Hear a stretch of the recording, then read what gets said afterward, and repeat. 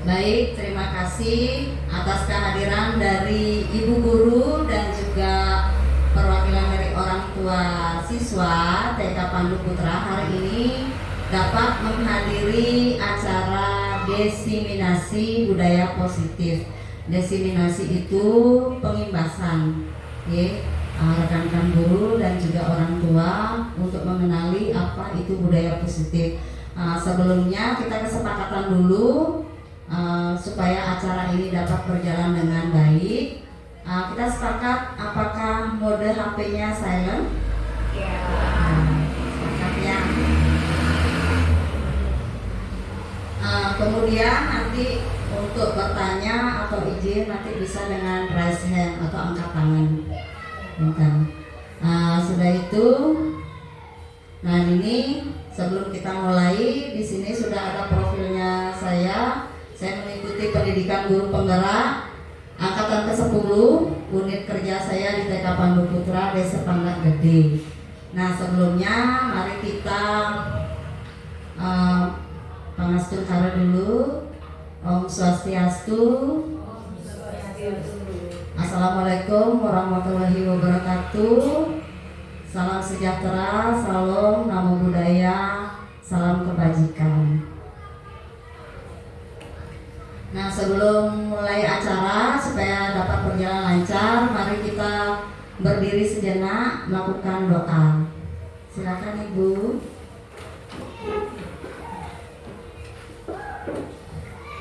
Mari kita berdoa menundukkan kepala sejenak agar kegiatan hari ini dapat mengandung pengetahuan yang bermakna bagi kita semua, saling mengisi. Berdoa mulai.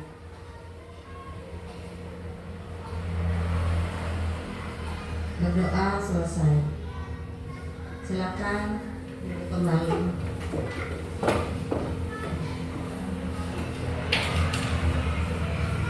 Baik, untuk hari ini, nah di sini adapun latar belakang kenapa kegiatan desiminasi ini saya lakukan kepada rekan guru dan juga orang tua. Latar belakangnya pentingnya budaya positif di sekolah. Budaya positif merupakan salah satu kunci untuk mewujudkan sekolah yang ideal, yaitu sekolah yang berpusat pada murid, memiliki disiplin positif, dan mampu mengembangkan karakter murid yang positif. Budaya positif dapat membantu menciptakan lingkungan belajar yang kondusif, meningkatkan kualitas pembelajaran, dan membangun komunitas sekolah yang kuat. Nah, di sini budaya positif berbeda dengan peraturan, ya Ibu Bapak. Jadi Bu Guru kalau mengajar di kelas pasti ingin dulu kelasnya kondusif, tenang kayak begitu. Baru anak-anak bisa mendapatkan kesiapan belajar. Nah, apabila anaknya belum siap belajar, otomatis kan harus distabilkan dulu. Nah, supaya menciptakan lingkungan yang positif dulu di kelas. Nah, tujuan pengimbasan kenapa? Untuk siapa? Di sini tujuan pengimbasannya untuk guru, meningkatkan pemahaman guru tentang konsep budaya positif di sekolah, memberikan guru keterampilan dan strategi untuk membangun budaya positif di kelas, memfasilitasi diskusi dan berbagi praktik baik di antara para guru. Nah, di sini kita sudah ada komunitas yang kita punya, gugus 4, PKG, IGTKI seperti itu ya, Kombel lagi, Kombel cantik yang baru kita bentuk. Tujuan untuk murid, nah ternyata ada juga untuk muridnya ini, menanamkan nilai-nilai dan perilaku positif dalam diri murid, menciptakan lingkungan belajar yang aman, nyaman, dan kondusif, membentuk karakter dan budi pekerti yang baik pada murid.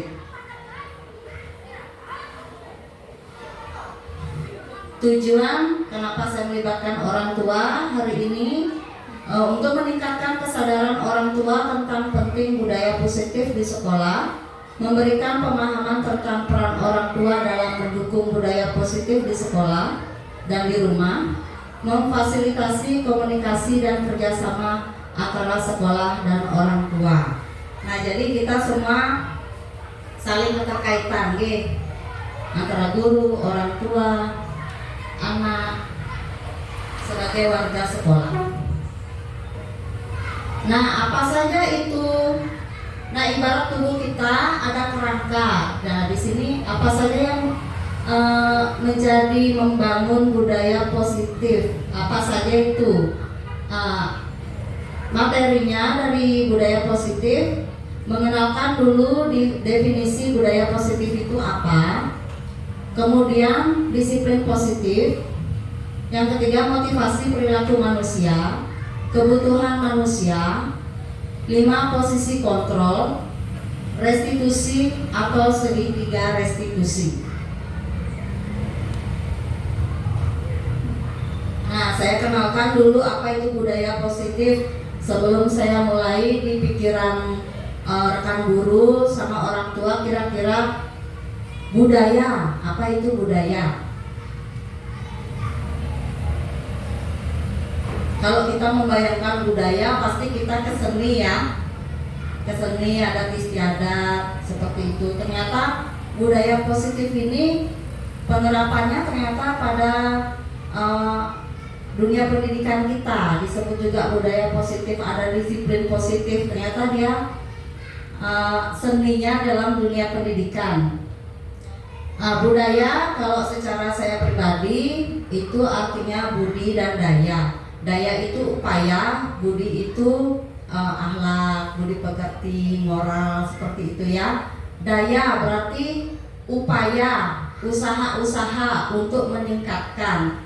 Misalnya kalau kita kayak di peternakan itu kan budidaya. Budidaya ingin jadinya peternaknya itu meningkatkan hasil dan jumlah. Ada target yang dikehendaki. Begitu pula budaya positif di sekolah juga kita punya target atas upaya-upaya yang dilakukan oleh orang tua. Tujuan orang tua menyekolahkan anak ke sekolah pasti punya tujuan, berupaya memenuhi dan mendukung kebutuhan anak. Ibu guru juga begitu sama, berusaha untuk memenuhi kebutuhan anak. Nah, di sini definisi budaya positif adalah sistem nilai-nilai keyakinan dan kebiasaan yang berfokus pada pengembangan karakter positif baik pada individu maupun komunitas. Budaya ini menumbuhkan rasa saling menghormati, tanggung jawab, dan kolaborasi untuk mencapai tujuan bersama. Nah, di sini sudah jelas dari definisi itu, artinya bukan hanya tugas dari ibu guru saja ya, ada keterlibatan dari orang tua juga. Budaya positif diperlukan karena beberapa alasan. Yang pertama, sudah tentu untuk meningkatkan kualitas pendidikan. Kemudian membuat menjadi termotivasi semangat untuk belajar. Membantu meningkatkan fokus konsentrasi murid. Kemudian membuat murid lebih bertanggung jawab. Nah, kemarin ibu-ibu dan rekan guru juga sudah melihat putra-putri kita sudah melaksanakan tanggung jawabnya dengan baik dengan pentas seni kemarin ya, sangat luar biasa. Nah, yang kedua, membangun karakter positif, mengembangkan karakter positif seperti rasa hormat, tanggung jawab, kolaborasi, dan disiplin diri. Murid yang memiliki karakter positif lebih siap menghadapi tantangan dalam hidup dan berhasil dalam mencapai tujuan mereka. Budaya positif menanamkan nilai-nilai moral yang penting bagi kehidupan pribadi dan sosial murid. Nah, sekarang refleksinya, apakah anak kita sudah bisa bersosial dengan temannya?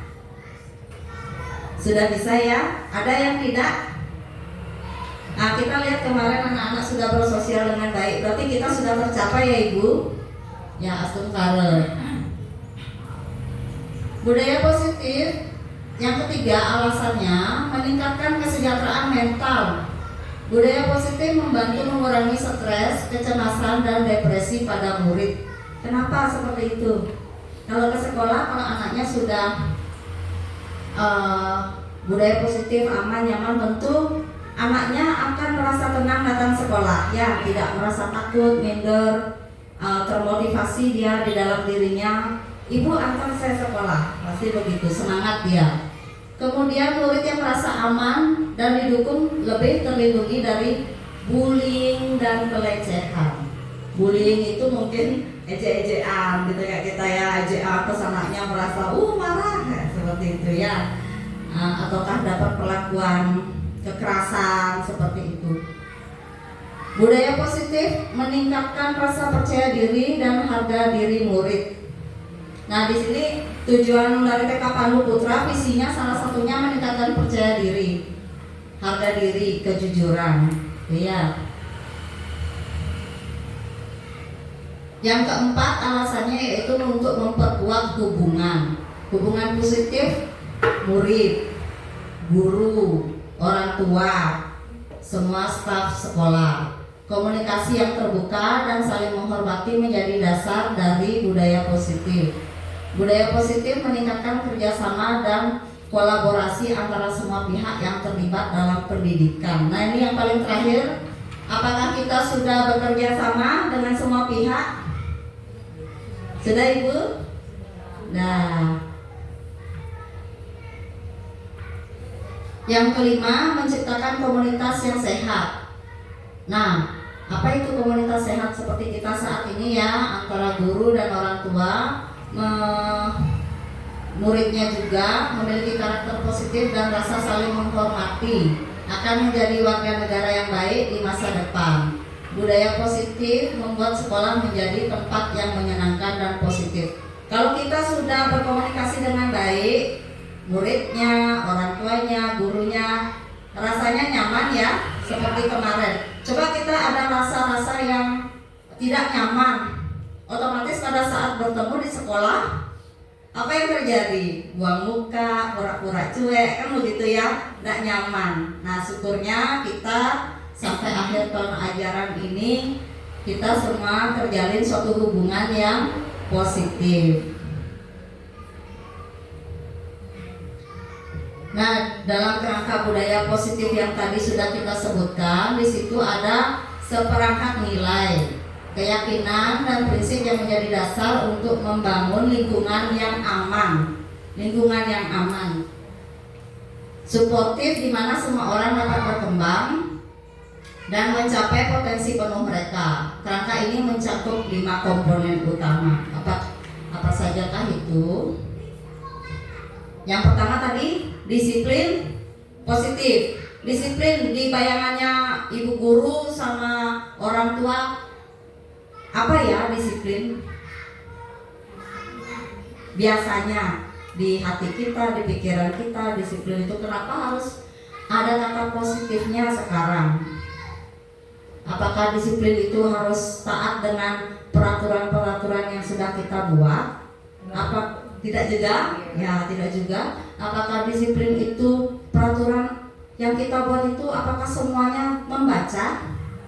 Tidak. Walaupun kita buatkan, kita tempel, belum tentu semua orang mematuhi. Ya. Jadi di sini disiplin positif adalah pendekatan mendidik murid untuk melakukan kontrol diri dan mencapai kepercayaan diri, sehingga mampu menciptakan murid yang merdeka dalam pembelajaran. Diperlukan strategi yang perlu ditinjau kembali di dalam kita menerapkan disiplin sekolah.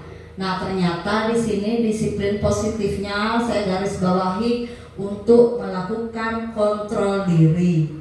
Kalau udah kontrol diri pasti sosial emosional ya, Ibu. Nah, kemudian ada pertanyaan-pertanyaan pemantik di sini. Apa sebenarnya itu dari arti dari disiplin itu sendiri? Sudah tadi. Udah itu, adakah mungkin dari peserta dapat memberikan pendapat arti dari disiplin? Sudah juga tadi.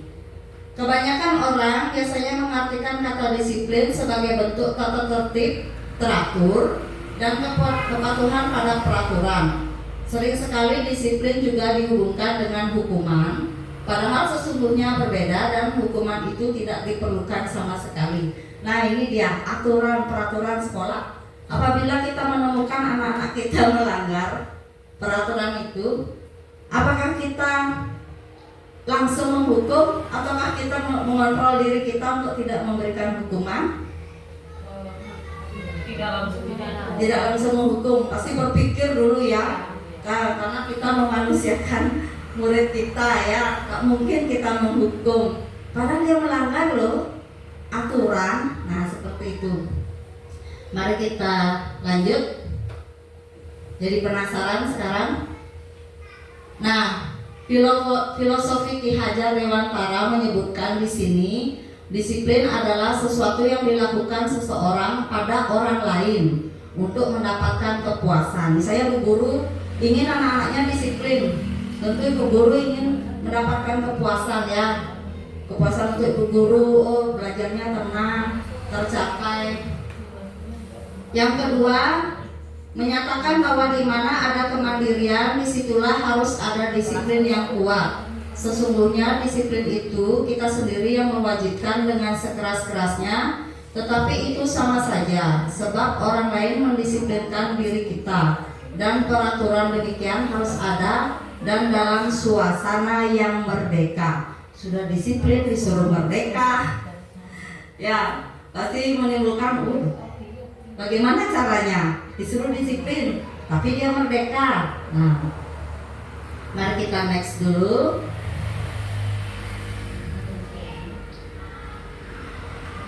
Tinjauan dari budaya kita, dilihat dari segi budaya kita, budaya Timur Indonesia ya. Ki Hajar Dewantara menyatakan bahwa untuk mencapai kemandirian dalam konteks pendidikan kita saat ini, menciptakan murid yang merdeka, syarat utamanya adalah harus ada disiplin yang kuat. Disiplin yang dimaksud adalah disiplin diri yang memiliki motivasi internal, jadi dalam diri. Nah, kemudian jika kita tidak memiliki motivasi internal, maka kita memerlukan pihak lain untuk mendisiplinkan kita atau motivasi eksternal karena berasal dari luar, bukan dari dalam diri kita sendiri.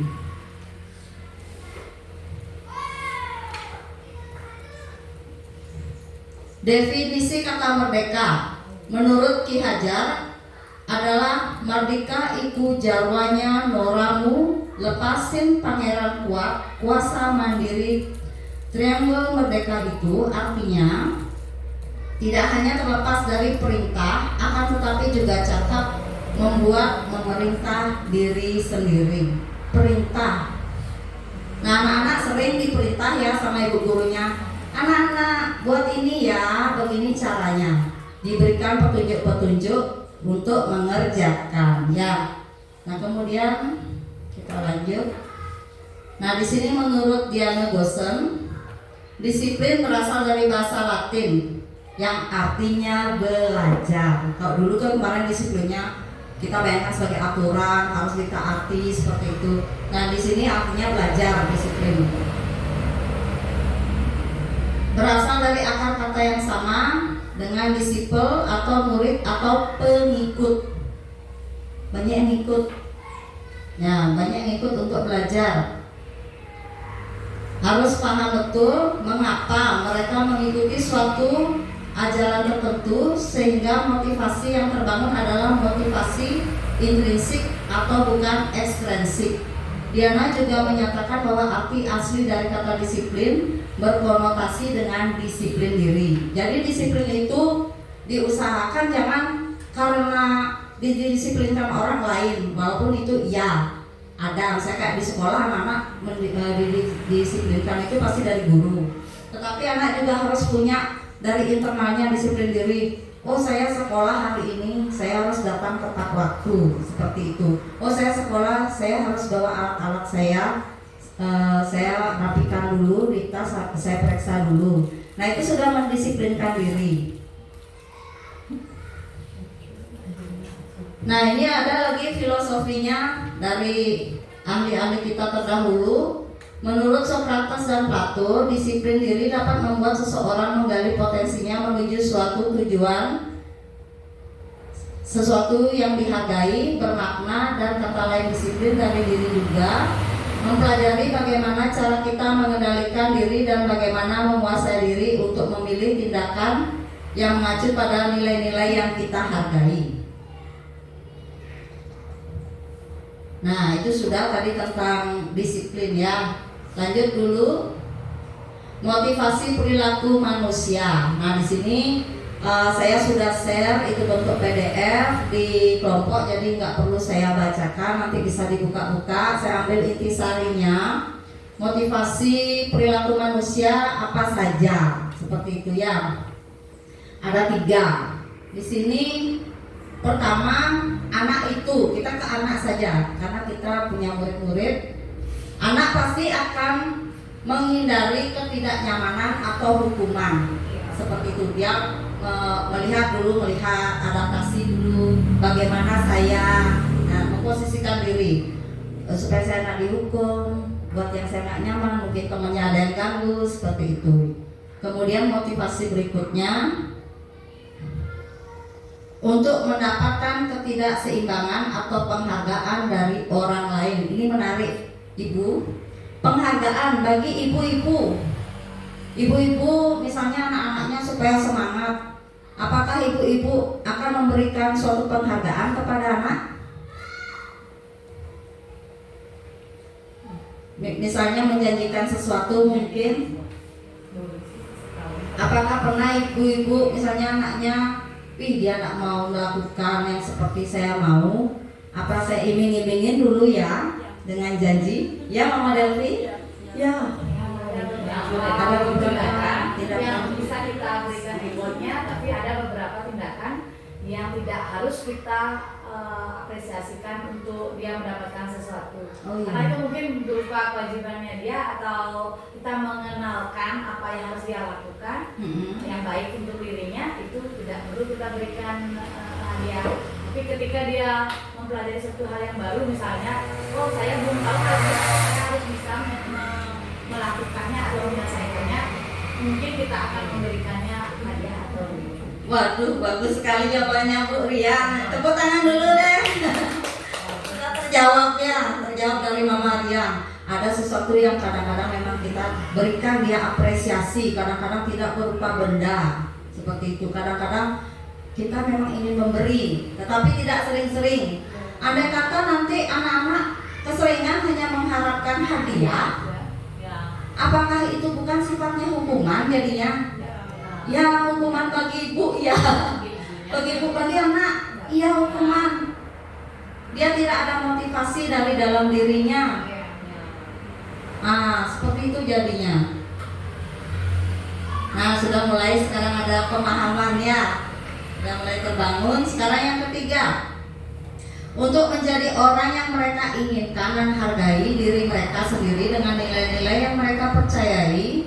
Orang dengan motivasi ini akan bertanya, akan menjadi orang seperti jika saya melakukannya. Seperti Ibu Rian tadi sebutkan, mereka melakukan sesuatu karena nilai-nilai yang mereka yakini dan hargai, dan mereka melakukannya karena mereka ingin menjadi orang yang melakukan nilai-nilai yang mereka yakini tersebut. Adalah motivasi yang akan membuat seseorang memiliki disiplin positif, karena motivasi perilakunya bersifat internal, bukan eksternal. Bagus sekali Mama Rian ya, membangun internal, kesadarannya dari anaknya ya, bukan dari dorongan luar, belajar mandiri. Nah, kita bahas tentang hukuman. Pernah nggak kita menghukum anak ya? Pernah. Seperti apa bentuknya? Ada macam-macam. Ada yang kasih uang jajan. Ya? Tidak kasih uang jajan. Konsekuensi. Nah, konsekuensi. Ada yang verbal. Ada bahasa verbal. Bahasa verbal, non verbal. Non verbalnya Seperti tindakan. Tindakannya berupa apa ya? Kita bukan sekedar cuma untuk physically untuk menghukum dengan apa ya, kekerasan bukan, Ya. tapi bisa dengan tindakannya. Oh, ibu tidak mengajakmu hari ini, kayak seperti itu. Kita biarkan dia dengan hukumannya itu tidak kita ajak, itu bukan ancaman. Ya. sekaligus verbal dan non verbalnya Ya. jalan. Jadi Ya, bagus banget. Nah, jadi banyak ada pendapat, jadi akhirnya tergali. Tidak perlu saya tayangkan di sini galiannya dari ibu-ibu, konsekuensi dari Bu Peti, Bu Riannya bahasa verbal, bentuk ancaman seperti itu. Tahu terpaksa kita lakukan. Misalnya seperti itu kondisinya, yang hukuman itu sifatnya yang refleks, tidak terencana, tiba-tiba harus dilakukan. Nah, seperti itu bentuk hukuman. Ya, jadi nggak perlu saya baca, sudah terjawab dari orang tua. Jadi supaya ada pemahaman, tidak dengan teori. Konsekuensi, Bu Peti udah tadi konsekuensi, tidak akan diberikan uang jajan, konsekuensi. Sementara disiplin dalam bentuk konsekuensi sudah terencana, direncanakan. Hukuman tidak terencana tiba-tiba terjadi. Nah, sudah itu disepakati antara Ibu Peti dengan putranya. Nah, tidak dapat uang jajan. Nah, seperti itu ya. Atau untuk mengetahui konsekuensi sebelumnya yang akan diterima bila ada pelanggaran. Nah, seperti Bu Peti tadi, mungkin anaknya melanggar bagaimana, diberikan konsekuensi tidak dapat uang jajan. Sekarang kita mari simak sikap guru, posisi kontrol guru di sini sebagai pemantau. Orang tua di sini juga adalah guru, ya, guru yang paling sering dekat dengan anak. Kalau di sekolah gurunya paling 4 jam, 3 jam. Posisinya di sini baru pemantau, posisi kontrol dari 5. Berarti masih belum sempurna. Nah, mulai mengarah ke perbaikan, restitusi. Restitusi adalah proses menciptakan kondisi bagi murid untuk memperbaiki kesalahan mereka sehingga mereka bisa kembali kepada kelompok mereka, supaya putranya bisa kembali ke mamanya, ke Bu Peti. Bagaimana ya dia akan berpikir. Nah, mereka dengan karakter lebih kuat. Dosen 2004, restitusi juga merupakan proses kolaboratif yang mengajarkan murid untuk mencari solusi atau masalah mereka dan membantu murid berpikir tentang orang seperti apa yang mereka inginkan dan bagaimana mereka harus memperlakukan orang lain. Jadi putranya diajarkan sama Bu Peti untuk menghargai orang tua, ya, di sini. Tadi tahapannya melalui konsekuensi. Setiap kejadian itu ada dasar. Kenapa anak tersebut melakukannya? Di sini ada kebutuhan dasar manusia ada 5. Yang pertama, kebutuhan bertahan hidup, survival. Bayangannya rekan guru sama orang tua apa ya?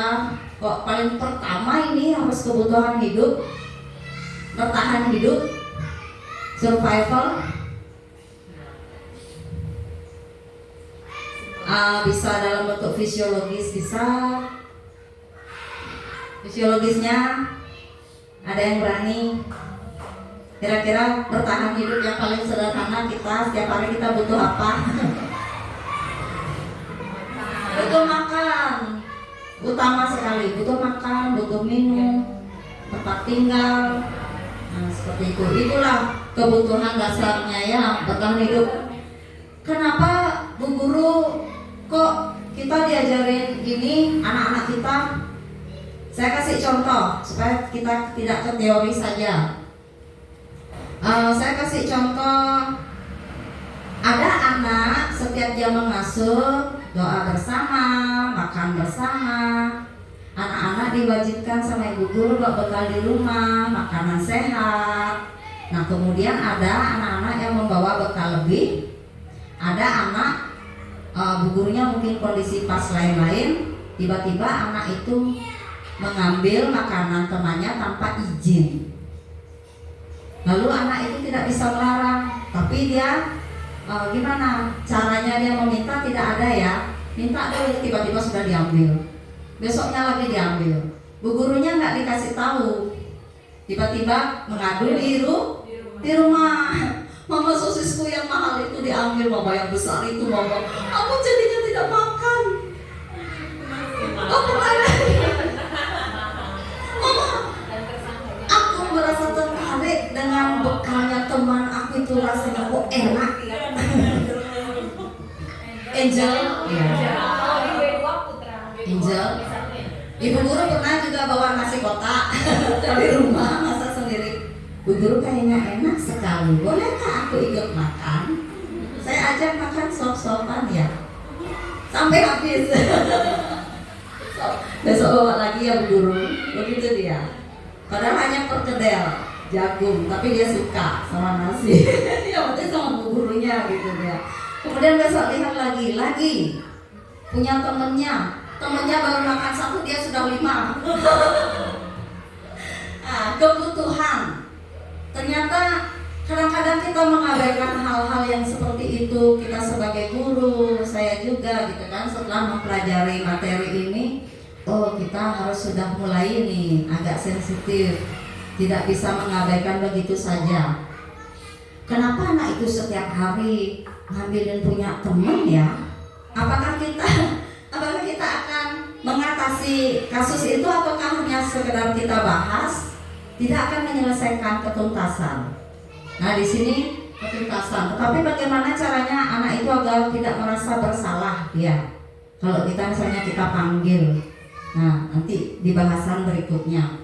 Yang kedua, kebutuhan. Ini menyangkut tentang murid, orang tua dan guru sering sekali. Kasih sayang, rasa diterima, kebutuhan untuk diterima. Kadang-kadang kita melihat anak-anak kita yang tidak diterima dengan kelompok lain. Jangan ajak dia. Gak mau main sama itu. Eliana, Mama Alisa. Nah seperti itu. Akhirnya anaknya menyendiri. Tetapi dia bisa diterima dengan anak-anak lain, syukurnya masih bisa ada solusi. Bagaimana caranya kita agar kasus tersebut tidak berlanjut terus menerus? Bagaimana agar dia bisa diterima? Nah, tentu kita akan menasihati suatu kelompok yang tidak menerimanya ya. Continue, nggak bisa kita sehari 2 hari terus membiarkan. Kita pantau lagi. Nah posisi kita pemantau dulu, menasihati dia sebagai teman dulu. Tapi kalau posisinya sebagai teman, kadang-kadang anaknya berani sama ibu gurunya ya, posisi teman gitu. Kemudian yang ketiga, kekuasaan dan penguasaan. Kebutuhan pengakuan atas kemampuan. Nah seperti apa itu penguasaan? Gampang tadi, penguasaan menguasai barang milik temannya ya, diambil, direbut, gak izin dulu. Nah udah itu yang keempat, kebebasan. Kebutuhan akan pilihan. Saya teringat jadinya dengan Gio. Mama Gio pernah berkomunikasi sama saya. Mama, kenapa ya nggak boleh begini di sekolah? Kenapa aku nggak boleh bebas begini? Nah, gitu ya Mama ya. Nah, anak belum dia memahami, jadi memang perlu kita memberikan pemahaman yang bermakna. Apapun pertanyaan anak, Mama Gio menyampaikan ke saya, berarti kan Mama Gio sudah bagus posisinya mendengarkan dia. mendengarkan. Berarti Mama Gio tuh udah benar mendengarkan kebutuhan anak. Terus Mama Gio mengkomunikasikannya sama ibu guru, sudah benar juga. Jadi kita bisa kerjasama yang baik untuk mengatasi suatu permasalahan tersebut dan tidak membiarkan begitu ya. Kita cari dulu akar masalah-masalahnya, tentu nggak bisa kita satu hari. Kemudian yang kelima, kebutuhan dasarnya adalah kesenangan. Apakah anak-anak kita sudah senang selama ini di sekolah, Ibu? Kalau enggak, Bu? Ya, senang, rasa senang. Pernah nggak sedih ya? Pernah. Mungkin karena apa sedihnya? Oh, bestinya ke sekolah ya. Langsung sedih dia, nggak senang jadinya, nggak ada teman main. Apa yang menyebabkan? Saya jadi ingin tahu, anak-anak kalau bercerita tentang kesenangannya di rumah, pernah apa yang paling menarik yang pernah diceritakan anak? Sekolah apa kegiatan di rumah? Semuanya, semua hal yang berkaitan dengan sekolah. Kesenangannya setelah pulang mungkin. Senang mendapat nilai. Ketika mendapat nilai bagus dari bu guru, dia pasti cerita. Oh begitu. Ketika gagal? Ketika gagal pun dia cerita. Cuman ada kata minta maafnya. Oh ada kata minta maafnya. Ya, minta maaf hari ini tidak dapat nilai bagus misalnya. Oh ya. Hari ini tidak bisa misalnya Memberikan rasa bangga ke orang tua ya Bu ya. Oh, ya bagus sekali. Nah, 5 kebutuhan dasar kita sudah pahami hari ini. Lanjut, posisi kita, guru, orang tua, kita ada di posisi mana? Kita pernah menghukum katanya. Pernah nggak kita membuat rasa bersalah? Pernah. Seperti apa tuh? Rasa bersalahnya kurang lebih sehingga anak itu merasa gagal lah pokoknya. Iya, merasa bersalah tuh. Gagal saya melakukan itu, nggak berhasil saya. Besoknya akhirnya dia kayak nggak ada semangat. Nah, begitu nanti resiko dari membuat rasa bersalah. Posisi teman, sudahkah kita menjadi posisi teman walaupun kita orang dewasa? Sudah. Pemantau? Sudah. Kita sudah pernah jadi manajer? Sudah. Manajer ini yang paling utama kita yang harus kita raih, kita capai, kita usahakan untuk meningkatkan capaian kita itu di posisi manajer. Seperti apakah? Kita akan lanjut. Kalau di pemantau kita mantau, tetapi tidak menuntaskan masalah. Penghukuman tadi seperti Mama Rian bilang, hukumannya bisa fisik, bisa verbal, bahasa. Apa dampaknya bagi yang kita hukum, yang kita amati? Benci, kecewa, dia marah. Orang dia udah salah dia marah. Ya enggak? Kecewa dia, mamanya marahin. Kecewa, apa dong yang harus saya lakukan? Kan begitu. Mendendam, benci, marah, kecewa, rasa. Kalau orang lebih dewasa lagi mungkin SMP, SMA bisa bawa benda tajam, dia mobilnya bapak gurunya bisa ribuan. Senang, rusak jadi mobil. Nah, kan bisa aja begitu ya. Pecahin bannya yuk kempesin. Nah, seperti itu. Itu yang dewasa. Kalau anak-anak, ya mudah-mudahan tidak sampai ke tahap demikian. Pembuat rasa bersalah. Seorang pembuat rasa bersalah akan berbicara dengan nada tenang, cenderung lemah lembut, namun kata-kata yang diutarakan cenderung membuat murid menjadi orang yang gagal, memandang buruk dirinya sendiri, merasa tidak berharga, dan tidak sanggup membahagiakan orang lain ketika guru memposisikan dirinya sebagai pencipta rasa yang berdosa. Maka murid menganggap dirinya yang berdosa dan ia akan menyimpan emosi tersebut di dalam dirinya. Nyimpan dia, aku masih kecil, tunggu aja nanti aku sampai besar nanti. Pasti kita kan nggak tahu dia bahasa hati ya. Nanti saya jadi orang dewasa mungkin saya akan begitu, gitu. Kenapa pengibasan ini saya berikan? Ini akan berkaitan nanti anak-anak besar akan bersosial di masyarakat. Kita di sini ingin mengubah mindset dulu dari orang tua, dari guru, nanti di masyarakat, nanti anak-anak yang mengembangkan.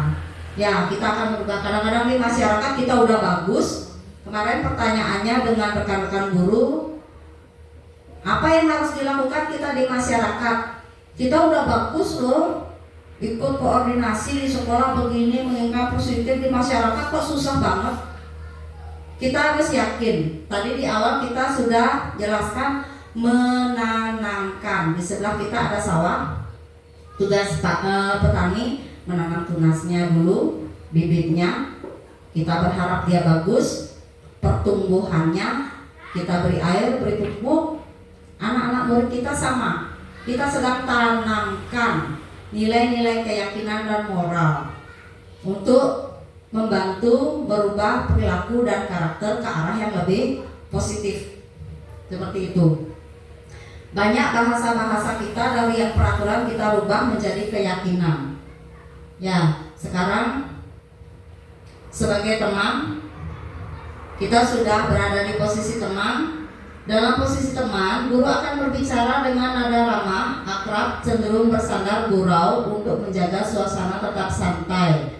Murid akan merasa tenang, aman, dan akrab dengan guru. Identitas yang tercipta adalah identitas sukses dan berhasil. Namun karena ini adalah dorongan eksternal, maka ada faktor ketergantungan dari murid pada orang tertentu. Sehingga bisa jadi di kesempatan lain, mulut hanya berlaku baik pada orang-orang tertentu saja. Murid juga tidak bisa mandiri dan tidak bisa berpikir untuk dirinya sendiri. Ini belum ketuntasan ya, kayak setengah jalan kita. Pemantau.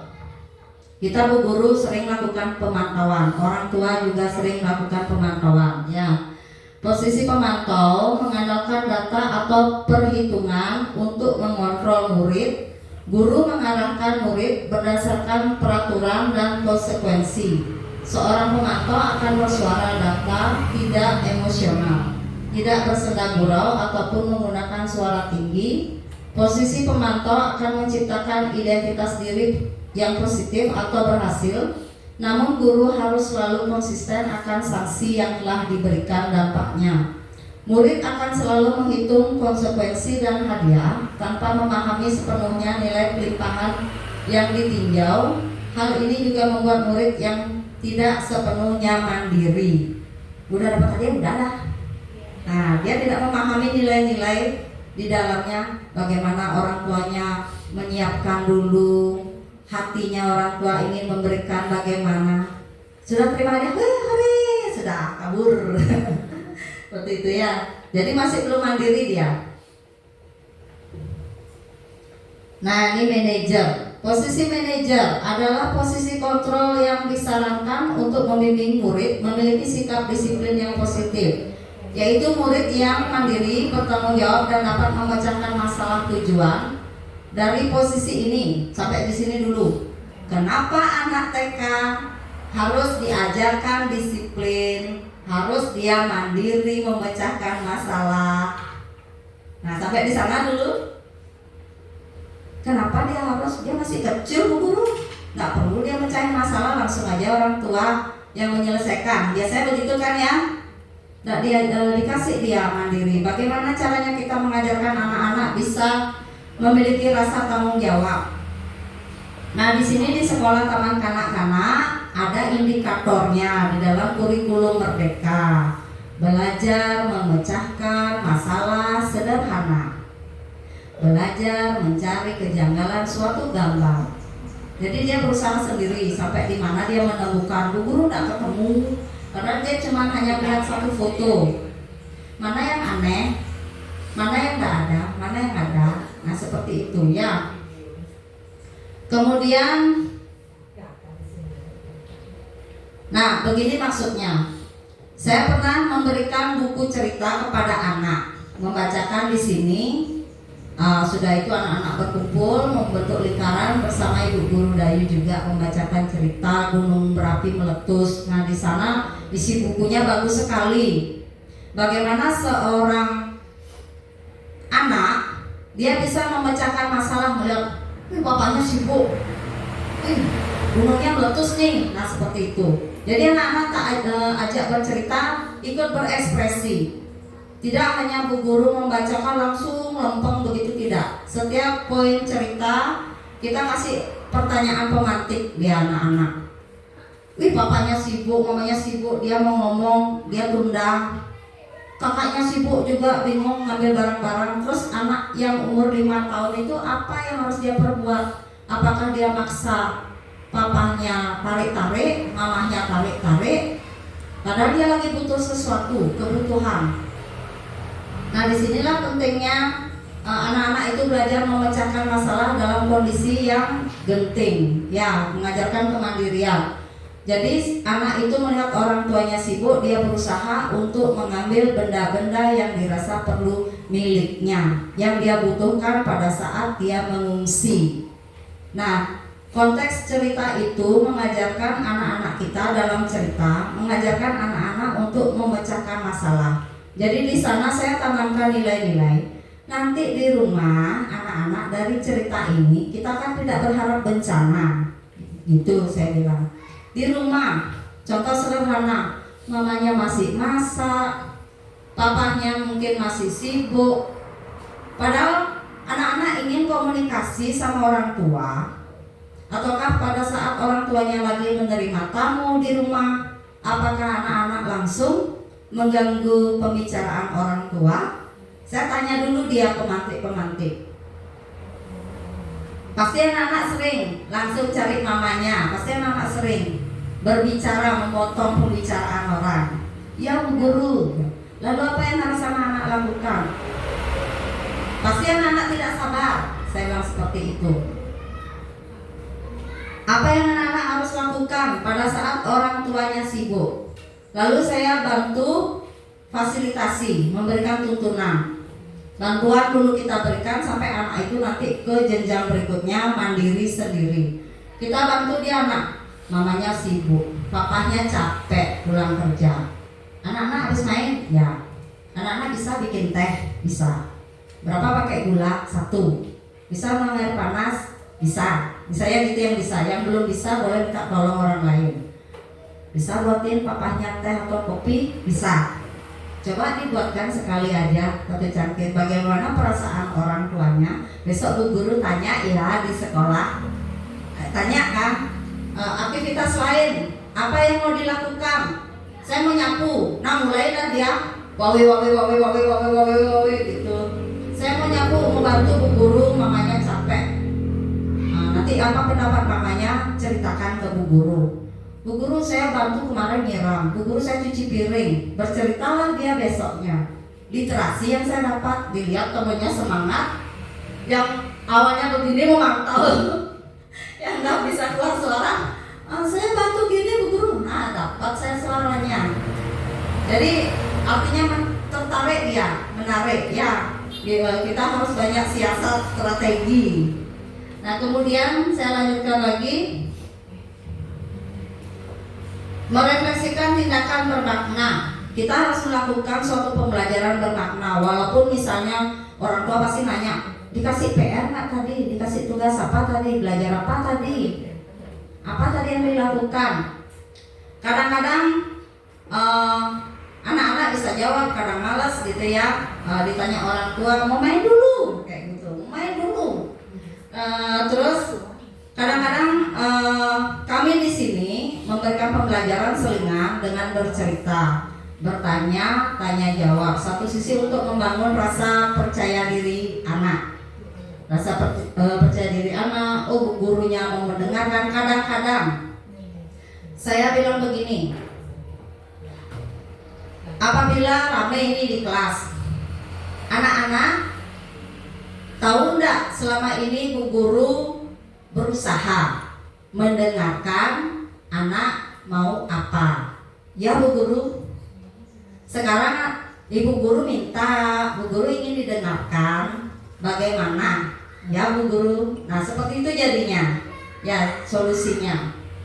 Nah sekarang tentang sudah posisi manajer, kita berusaha untuk memperbaiki perilaku dengan mengajak anak-anak kita mandiri untuk memecahkan masalahnya sendiri ya. Kita sebagai orang tua bagaimana? Apakah dia dilepas gitu aja? Tentu tidak. Kita akan bantu anak itu dengan bahasa pertanyaan pemantik ya, panduan. Nah, di sini kita dibantu dengan bentuk segitiga gunung.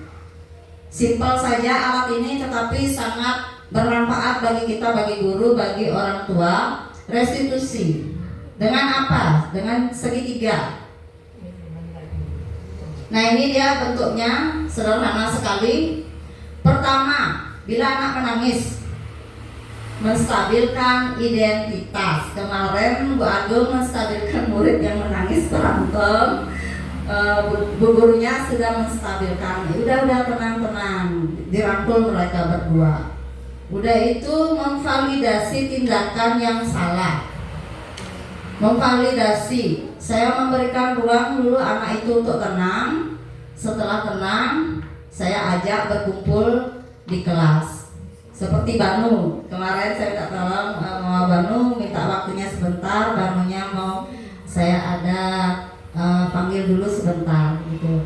Saya melakukan validasi tindakan yang salah. Ada yang salah tuh dua anak itu, kenapa? Berantem tidak mungkin sendiri. Pasti ada beberapa pelakunya begitu kan. Nah, kebetulan pelakunya berdua dengan teman main. Dari main asik-asik tiba-tiba udah fisik seperti itu ya. Karena mempertahankan diri jadinya seperti itu. Kemudian yang ketiga, menanyakan keyakinan. Nah, di sini kita ajarkan anak-anak mulai belajar mandiri, memecahkan masalah, tapi tidak kita yang nentuin dia mau apa yang dia lakukan. Terus kalau sudah begitu, apa yang bisa dia lakukan untuk memperbaiki? Begitu nanti kita pertanyaannya. Nah, dilanjut dulu. Ini dia. Mungkin tadi kurang jelas, ini sudah saya perjelas. Tahapannya hanya ada 3. Buat dulu dia tenang, menstabilkan identitasnya, kasih dia kenyamanan dulu. Terus yang kedua, memvalidasi tindakan yang salah. Jangan dibiarkan baru dia tenang terus kita biarkan. Kita cari akar masalahnya. Kadang-kadang yang sudah kita lakukan di sini, buat tenang, udah tenang ya, udah. Besoknya kejadian lagi. Udah tuh cerita lagi bu gurunya, kejadian lagi. Begitu dia mana selesai kok anak itu terus yang muncul. Nah, di taman kanak-kanak kan ada anekdot. Masa kita mau kasih catatan, anaknya kemarin mukul, anaknya kemarin hidupin air gak dimatiin, sengaja buang botol air, sengaja bikin berantakan di kantor bu guru, buang mainan. Setiap hari anak itu muncul. Apakah itu yang kita laporkan ke orang tua? Antara benar dan tidaknya, bu guru juga punya perasaan ya seperti itu. Lalu bagaimana supaya mengurangi lah, nah, intensitas kejadian-kejadian itu pada anak itu. Kemudian memvalidasi tindakan yang salah. Di sini sangat dibutuhkan. Ternyata setelah kita mempraktekkan segitiga restitusi, ya astungkara ada. Nah, untuk orang tua mungkin di rumah juga begitu. Tidak hanya sekedar membuat anak-anaknya tenang. Yang ketiga, menanyakan keyakinan. Ini sekarang ke UPT konsekuensi, baru tahap konsekuensi, belum dia ke tahap menanyakan keyakinan, agar dia tidak mengulangi perbuatannya dan dia harus menebusnya dengan cara apa yang positif. Bagaimana ya caranya? Di sini caranya tahapan segitiga restitusi menstabilkan identitas. Pada tahap ini guru akan menyampaikan bahwa membuat kesalahan adalah bagian dari proses belajar. Saya sering di kelas menyampaikan, anak-anak ingin sempurna dia, nanti tidak bisa nih gurunya lihat dia udah gini udah lain ekspresinya. Gimana ini ya? Takut salah saya ini, nggak benar tuh jawabannya apa ya? Nah, pasti dia udah begitu berkecamuk dari ya. Nah, di sini saya menguatkan anak-anak Jangan takut salah. Salah ngucap pun nanti akan lucu. Tertawa temannya jangan malu. Kita kan senang gembira, ya udah tertawa aja kalau bahasanya itu lucu, bacaannya. Nah kadang-kadang anak-anak tulisannya salah, ayo dibaca aja, baca aneh dah. Ketawa lah semua, bacaannya begini, tapi anak merasa mungkin udah mulai dah gini, aku gagal lah, kayak gitu kan, aku gagal gitu. Enggak, kamu enggak perlu seperti merasa bersalah saya gitu. Pokoknya kita gembira saja, apa yang kita tulis kita baca. Nanti jadinya apa, nanti kita perbaiki. Biasanya saya kasih penguatan anak-anak demikian. Kemudian saya lanjut, tujuan untuk menggeser identitas murid dari identitas gagal. Identitas gagal ke identitas sukses. Oleh karena itu guru harus menghindari pukulan pada murid yang berada pada fase ini. Guru bisa menyampaikan kalimat seperti, membuat kesalahan adalah sesuatu wajar. Manusia tidak ada yang sempurna, kita bisa memperbaiki masalah ini. Saya sering kasih contoh, anak-anak pensil bisa dihapus tidak? Saya pasti begitu dulu. Nggak mau saya langsung bantu hapus anak-anak itu biar cepat nih waktu udah kejar waktu, enggak. Anak-anak ada penghapus? Ada. Ini alat bantunya. Coba belajar hapus. Di sana saya lihat sudah benarkah caranya dia menggosok? Nah, kita bisa menilai motorik halusnya mereka. Apakah begini, apakah begini? Nah, seperti itu penilaian dari proses. Kemudian saya lanjutkan, menyampaikan kalimat seperti membuat kesalahan adalah sesuatu yang wajar. Manusia tidak ada yang sempurna, kita bisa memperbaiki masalah ini. Saya tidak terlalu peduli pada kesalahanmu, karena lebih fokus mencari pemecahan masalah. Apakah saat ini kamu telah menjadi orang baik atau dirimu sendiri? Ya. Di next. Berarti nanti di rumah ibu misalnya melihat anak-anaknya melakukan suatu kesalahan atau memang dia sengaja, oh aku mau buat begini deh gitu. Sudah itu nanti enggak apa-apa, cuman ayo kita coba dulu perbaiki letaknya di mana. Jadi dituntaskan ya ibu bapak. Mudah-mudahan ada waktunya untuk merestitusi anaknya. Oke. Memvalidasi tindakan yang salah.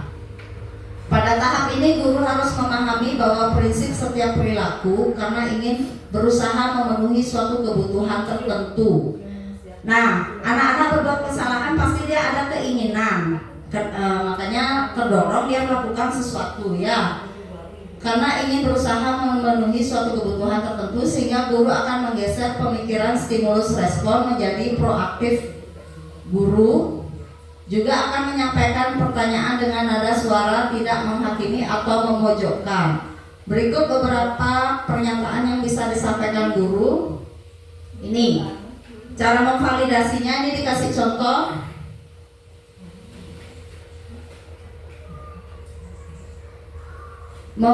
Sifatnya agar tidak menghakimi atau memojokkan. Ini pernyataannya, pernyataan yang bisa kita pakai dasar.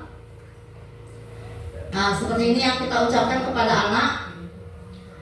Kamu bisa saja bertindak lebih gegabah. Misalnya dia terjatuh, rupiah gitu kan, berdarah lah dia.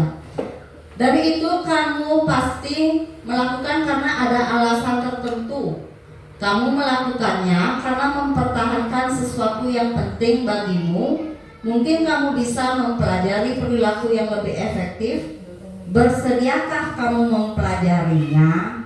Nah, misalnya anak-anak berantem, kayak tadi saya kasih contoh.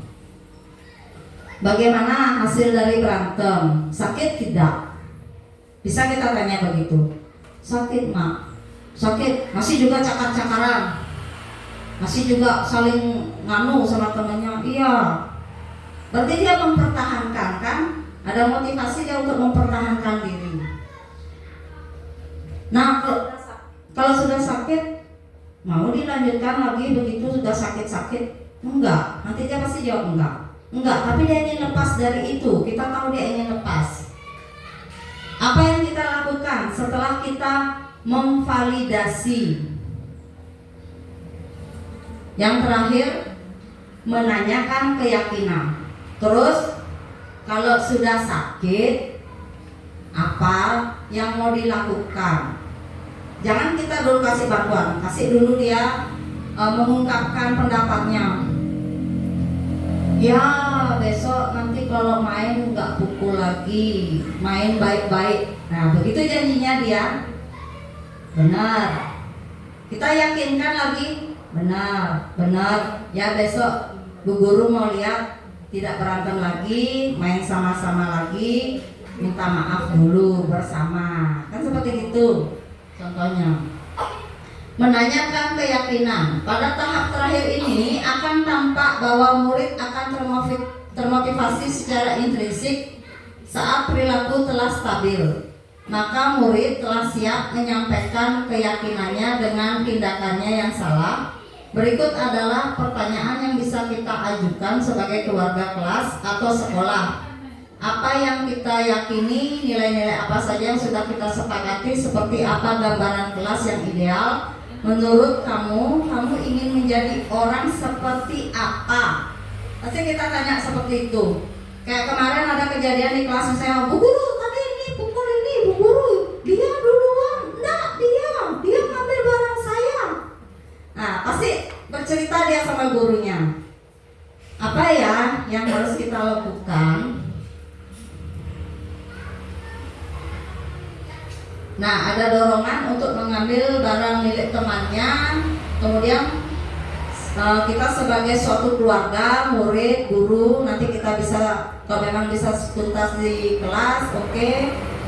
Nanti bisa juga ada suatu kejadian yang harus disampaikan ke orang tua. Berarti kita bekerja sama dengan orang tua ya, untuk menuntaskan suatu permasalahan. Nah, menurut kita ini gambaran kelas yang ideal. Menurut kamu ingin menjadi orang seperti apa? Kita tanya dia. Kayak kemarin itu pukul-pukulan di kelas. Wih, pukul nih. Besok cita-cita jadi petinju ya. Paling saya arahkan ke sana, ketawa ada dia. Nanti rasa keselnya dia tuh hilang. Ada jadi petinju, pesilat, taekwondo. Pilih olahraganya itu bebas mukul. Saya bilang gitu. Ada tapi nih gitu Bu Guru. Terarah, mukulnya di mana?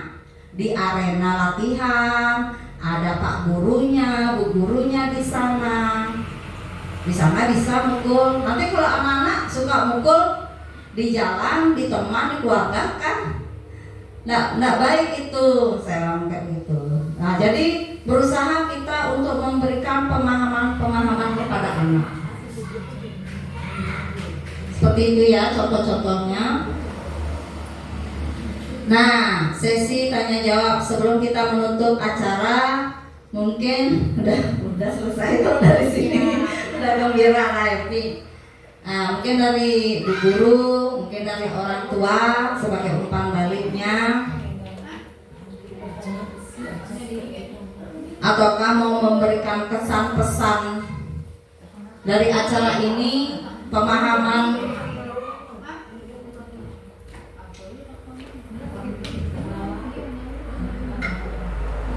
Ya, saya persilakan waktunya.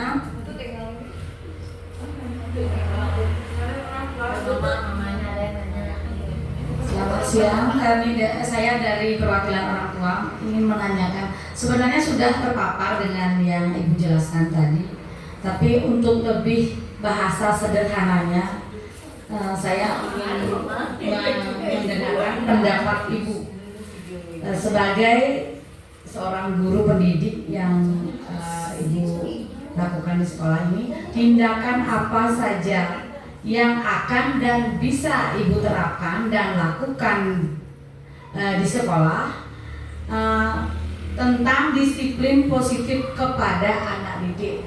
Di sini kan kepada anak kami, itu yang bersifat sangat sederhananya saja. Dari yang sederhana mungkin berlanjut ke tingkat-tingkat yang berikutnya. Itu pertanyaan saya ulangi. Sebagai seorang pendidik atau guru, tindakan apa yang bisa dan akan Ibu lakukan untuk mengenalkan dan menerapkan disiplin positif kepada anak kami Dili. di lingkungan sekolah. Terima kasih. Baik, terima kasih atas pertanyaannya Ibu Rian. Bagus sekali ya. Tindakan sederhana, disiplin positif. Nah, ini di setiap tahun awal ajaran yang sudah kami lakukan tahun ajaran ini kemarin, kita caranya membentuk suatu keyakinan kelas. Kalau di pendidikan kita yang terdahulu itu kita pasti berfokus sama peraturan. Harus datang tepat waktu, pukul sekian sampai sekian, orang tua mengantar lalu menjemput pada jam yang sudah ditentukan. Anak tidak boleh ditunggu di sekolah, itu peraturan. Yang sudah kami lakukan selama ini membentuk keyakinan kelas. Keyakinan yang artinya bukan dari ibu guru yang menyiapkan, ibu guru hanya sebagai memfasilitasi suatu percakapan. Kami menanyakan begini, anak-anak ingin seperti apa di kelas besok mau belajar? Ada yang jawab, apa yang harus anak-anak lakukan, yang harus anak-anak sepakati. Nah, mereka menjawab tidak ribut. Nah, pasti yang sederhana-sederhana dia jawab. Kalau tidak ribut bagaimana? Kalau bu gurunya bicara misalnya, apakah anak-anak menyela? Tidak, bu guru. Berarti di sana keyakinan kelasnya saya tulis menghormati. Karena kita pendidikan taman kanak-kanak, di sini tentu anak kan belum bisa baca. Jadi saya pergunakan gambar di bawahnya tulisan kecil. Dari kesepakatan apa yang anak lakukan itu sudah tabel Y. Tabel Y itu terlihat, terdengar, berperilaku pada anak, itu yang akan kita amati. Kita mendengar anak dia menyepakati tidak ribut bu guru, terus kita cari kalimat positif. Apa yang harus dilakukan supaya tidak ribut?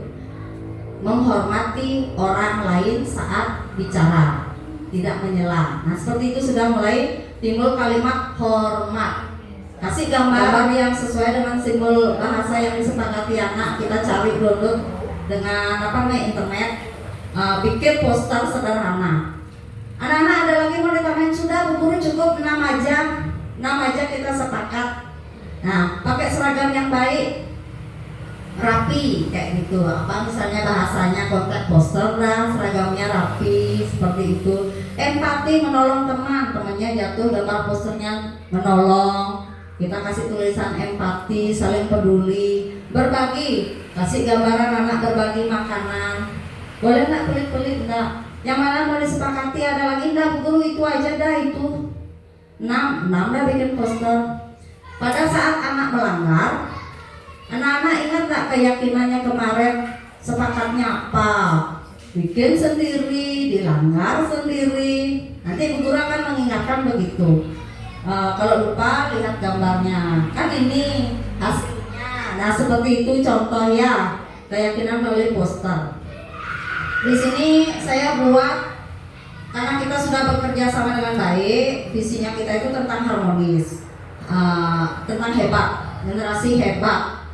Terus nggak mungkin dong saya buat sendiri akronimnya. Saya kemarin akhirnya mengundang salah satu perwakilan orang tua, rekan guru. Jadi nanti kita bina sama-sama. Itu kepanjangannya hebatnya harmonis, energi. Udah itu B-nya bertanggung jawab kita pilih. Terus kemarin saya baca statusnya Ibu Rian berani bertanggung jawab gitu ya. Terus A-nya akhlak mulia, T-nya terampil. Kemarin anak-anak kita sudah terampil ya. Demikian Ibu, sekiranya keyakinan kelas sekarang kita. Artinya minta pendapat keluarga sekolah. Terus keyakinan itu yang untuk sekolah, pasti keterlibatan orang tua. Itu udah kita lakukan tahun awal ajaran. Kita review lagi, rapat dulu. Ada yang request, anak saya nggak bisa bangun pagi. Akhirnya kita kesepakatan sekolah dan kelas, otomatis 2 itu kena. Jam berapa sepakat jam masuk? Jam 8, oke. Kan sudah gitu sepakat. Secara lisan, verbal. Bagaimana caranya bukti fisik? saya sudah share berita acara. Kan demikian Bu ya, berita acara. Jadi apabila menemukan anak tetap dia datang tidak tepat waktu, biasanya kan orang tua yang lain protes. Kejadiannya begitu. Kemudian saya permaklumkan begini, akhirnya ambil kesepakatan. Andai kata dia terlambat bangun, jangan sampai anak itu tidak melaksanakan pendidikan. Yang penting dia percaya diri masuk ke dalam kelas. Yang penting anaknya belajar. Namun kita sebagai orang tua berusaha bagaimana menanamkan agar anak itu bisa disiplin. Tugas dia belajar, datang ke sekolah, tepat waktu itu bagaimana. Nah mungkin dong baru terlambat kita larang anak itu sekolah, kan demikian. Tetap kita harus terima anak didik tersebut. Namun yang perlu dilatih adalah kedisiplinan waktu. Mungkin kebutuhannya dia kurang tidur sehingga terlambat, seperti itu. Dan Angel kemarin juga mamanya menyampaikan anaknya karena pola waktu tidurnya yang salah, setelah berubahlah hasil pembelajarannya. Memang terbukti itu. Jadi ada kebutuhan dia kurang tidur apa sehingga terganggu pembelajarannya. Ya demikian Ibu. Ada lagi mungkin sudah pas ya pemahamannya sampai di sini. Terima kasih sudah berjalan dengan baik. Terima kasih. Sebagai penutup kita mungkin berefleksi. Mungkinkah ada saya minta dulu siapa mungkin kurang lebihnya refleksi pemahaman yang didapat hari ini, kesan dan pesannya. Salah satu boleh. Yang guru Dayu. Mana? Silakan Bu. Ya, izin ke belakang. Silakan Ibu. Kesan-pesannya mah tentang materi hari ini, semoga kelanjutan ini bertujuan untuk nanti di masyarakat merubah mindset di masyarakat, tetap dengan menanamkan nilai-nilai dari anak, nanti anak-anak yang membawa perubahan di masyarakat. Silakan Ibu.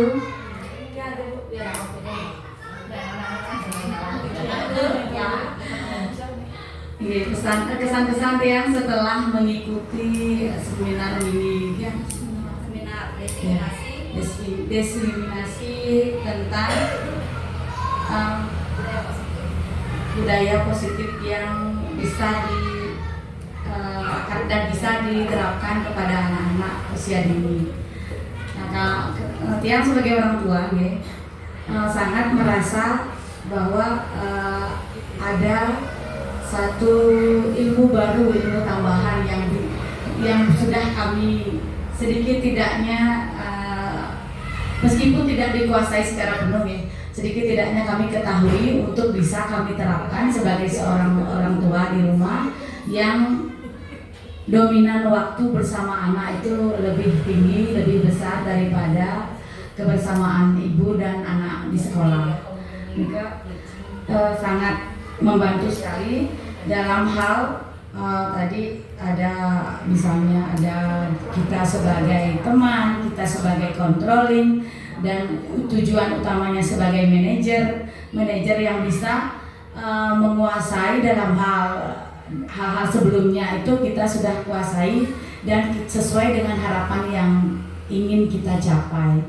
Jadi untuk tahapan-tahapannya itu mesti akan kita pelajari sambil berjalan dengan keadaan yang akan berlanjut di rumah. Gitu. Nih, semoga saja dengan ini kami berharap juga di sekolah juga bisa diterapkan lebih baik lagi. Biarpun kegiatan ini pun sudah Ibu lakukan dari beberapa tahun kemarin yang sudah dicoba, dan saya berharap untuk kedepannya lagi kegiatan untuk menambah kedisiplinan positif anak di sekolah dan di rumah itu berjalan lebih baik lagi. Itu kesan dari saya. Terima kasih. Ya, tepuk tangan dulu Ibu ya. Terima kasih banyak Ibu sudah memberikan saya umpan balik atas kegiatan hari ini. Berarti dari rekan guru dan juga orang tua sudah menyinggung menyimak. Semoga ini bermakna kelak ke depan untuk ke arah yang lebih baik lagi ya. Nah, demikian pemaparan saya pada hari ini. Kelak semoga kita harapkan di masyarakat anak-anak kita bisa menjadi ujung tombak nantinya suatu perubahan ya. Ya, biasa kan di masyarakat kita sulit untuk diterapkan, nanti melalui anak-anak kita sudahlah kita menciptakan suatu budaya positif yang lebih baik lagi ya. Nah, demikian Ibu semuanya, terima kasih atas kehadiran hari ini. Sekarang sudah selesai acaranya. Terima kasih. Mari kita tutup dengan Parama Santi. Om Santi Santi Santi Om.